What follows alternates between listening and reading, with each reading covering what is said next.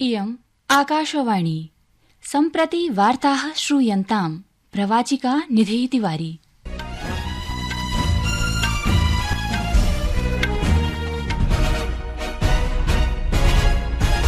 आदौ मुख्यवार्ताः। राष्ट्रपति पदासीना द्रौपदी मुर्मु प्रावोचत् यत् देशस्य समग्र विकासाय जनजातीय जनानां सक्रिय सहभागित्वम् आवश्यकमस्ति।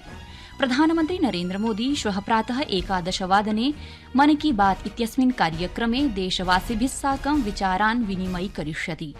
स्पेनदेशीयः राष्ट्रपतिः पेड्रो सांचेज इत्येषः श्वः आरभ्य भारतयात्रायाम् आयाति।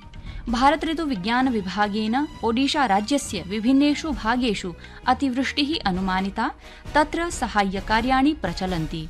अपि च पुणे नगरे क्रिकेट निकषस्पर्धायाः न्यूजीलैण्ड दलेन भारतं पराभूय तिसृणां क्रिकेट निकषस्पर्धानां श्रृंखला विजिता।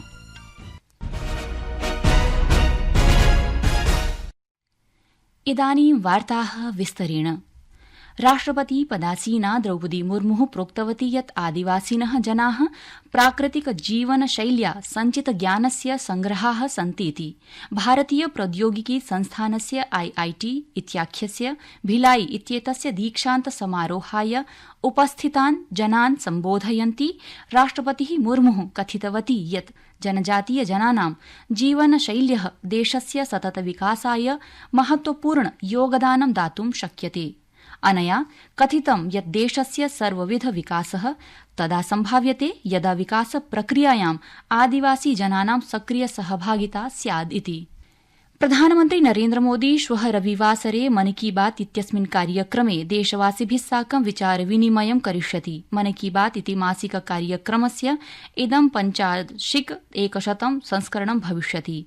अस्य कार्यक्रमस्य प्रसारणम् आकाशवाण्याः दूरदर्शनस्य च सर्वाभिः वाहिनीभिः प्रसारयिष्यते। अयं कार्यक्रमः आकाशवाणी, दूरदर्शन, प्रधानमन्त्री कार्यालय, सूचना प्रसारण मन्त्रालय इत्येतेषां यूट्यूब वाहिनीष्वपि द्रष्टुं शक्यते इति। प्रधानमन्त्रिणः सम्बोधनानन्तरम् अनुक्षणम् अयं कार्यक्रमः क्षेत्रीय भाषास्वपि श्रोतुं शक्यते। क्षेत्रीय भाषासु अस्य पुनः प्रसारणं रात्रौ 8 वादने भविता।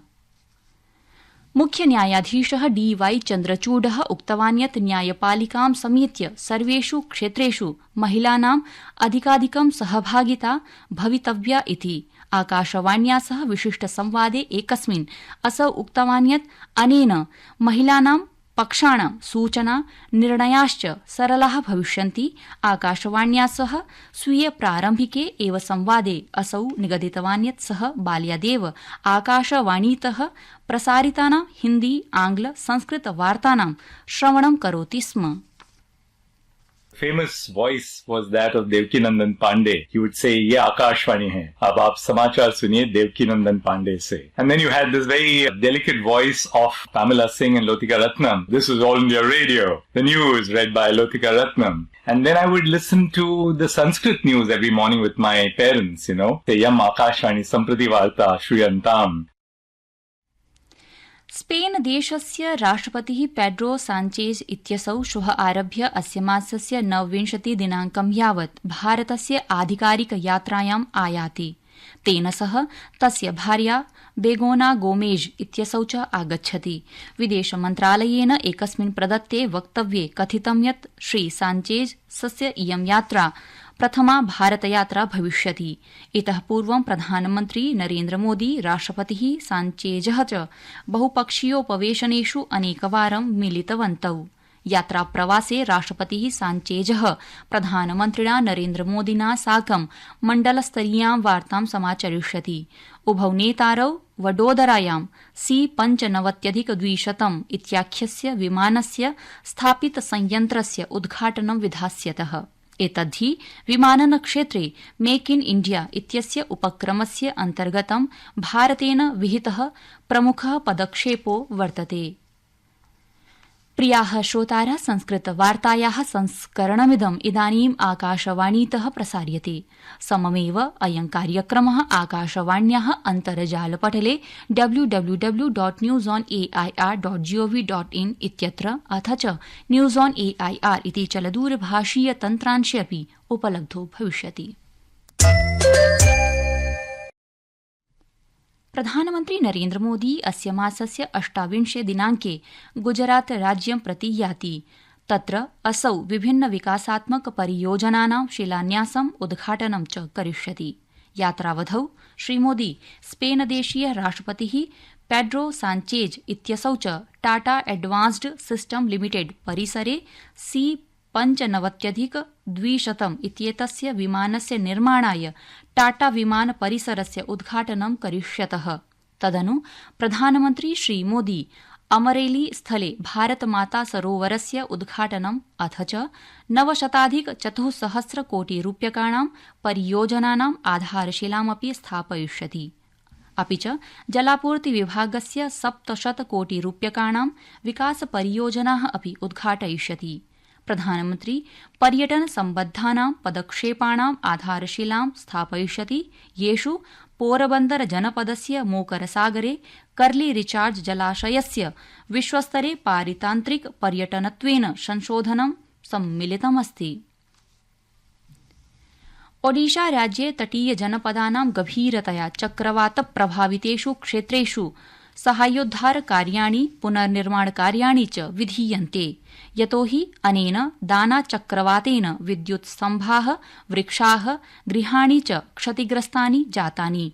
अवधेयं वर्तते यत् गभीर चक्रवातः दाना इति विगतयोः शुक्र गुरुवासरयोः मध्यरात्रौ ओडिशा तटस्य भीतरकनिका राष्ट्रियोद्यान धामरा इत्यनयोः मध्ये प्रविष्टः।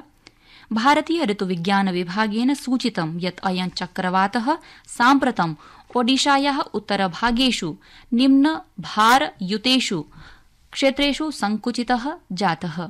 ओडिशायाः एव भद्रक, केन्द्रपाड़ा, बालासोर, जाजपुर, मयूरभंज जनपदेषु चक्रवातेन अतिवृष्टिः जाता।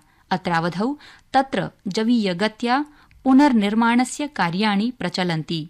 तत्रैव राज्यप्रशासनेन घोषितं यत् क्षतिग्रस्तानि गृहाणि निर्मीयन्ते तावत् जनेभ्यः पुनर्निर्मितानि नवीनानि गृहाणि प्रदास्यन्ते।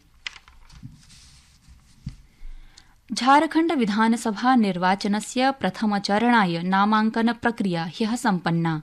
एतस्मिन् प्रथमे चरणे राज्यस्य 43 नैर्वाचनिक क्षेत्रेभ्यः नवम्बर मासस्य 13 दिनाङ्के मतदानं भविष्यति। नामाङ्कनपत्राणाम् अनुसन्धेय कार्यम् अस्य मासस्य 28 दिनाङ्के अथ च नामाङ्कन प्रत्यावर्तनं 30 दिनाङ्कं यावत् प्रत्याशिनः कर्तुं शक्नुवन्ति। तत्रैव द्वितीयचरणस्य मतदानं नवम्बर मासस्य 20 दिनाङ्के सुनिश्चितमस्ति।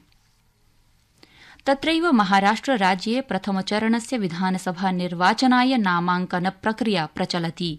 अनेकदलानां प्रत्याशिनः नामाङ्कनपत्रं पूरितवन्तः। कांग्रेसदलं, शिवसेनादलं च स्वीयां द्वितीयां सूचीं प्रकाशितवन्तौ। कांग्रेसदलस्य महाराष्ट्रस्य पूर्वमन्त्रिणा वसन्त पुर्के इत्यनेन रालेगांव विधानसभाक्षेत्रात्, सावनेर क्षेत्रात् अनुजा केदारः, अर्जुनी मोरगांव क्षेत्रात् दिलीप बंसोडः, जलना क्षेत्रात् कैलास गोरंटयालः, सायन कोलिपाड़ क्षेत्रात् गणेश यादवः च नामाङ्कनपत्राणि पूरितवन्तः। मनिका बत्रा इत्येषा टेबल टेनिस प्रतिस्पर्धायाम् ऐतिह्यं विरचितम्, यतोहि सा विश्व टेबल टेनिस चैम्पियनशिप प्रतिस्पर्धायां प्रागुपान्त्यचक्राय योग्यतां प्राप्य प्रथमा भारतीया क्रीडिका जाता। प्रियाः श्रोतारः, संस्कृतजगता सम्बद्धैः विभिन्नैः क्रियाकलापैः संवलितस्य संस्कृतसाप्ताहिकीति विशिष्टकार्यक्रमस्य प्रसारणम् आकाशवाण्याः FM गोल्ड प्रवाहिकातः श्वः रविवासरे मध्याह्ने 1:30 भविष्यति। भवन्तः सर्वे श्रोतुं प्रभवन्ति इति वार्ताः।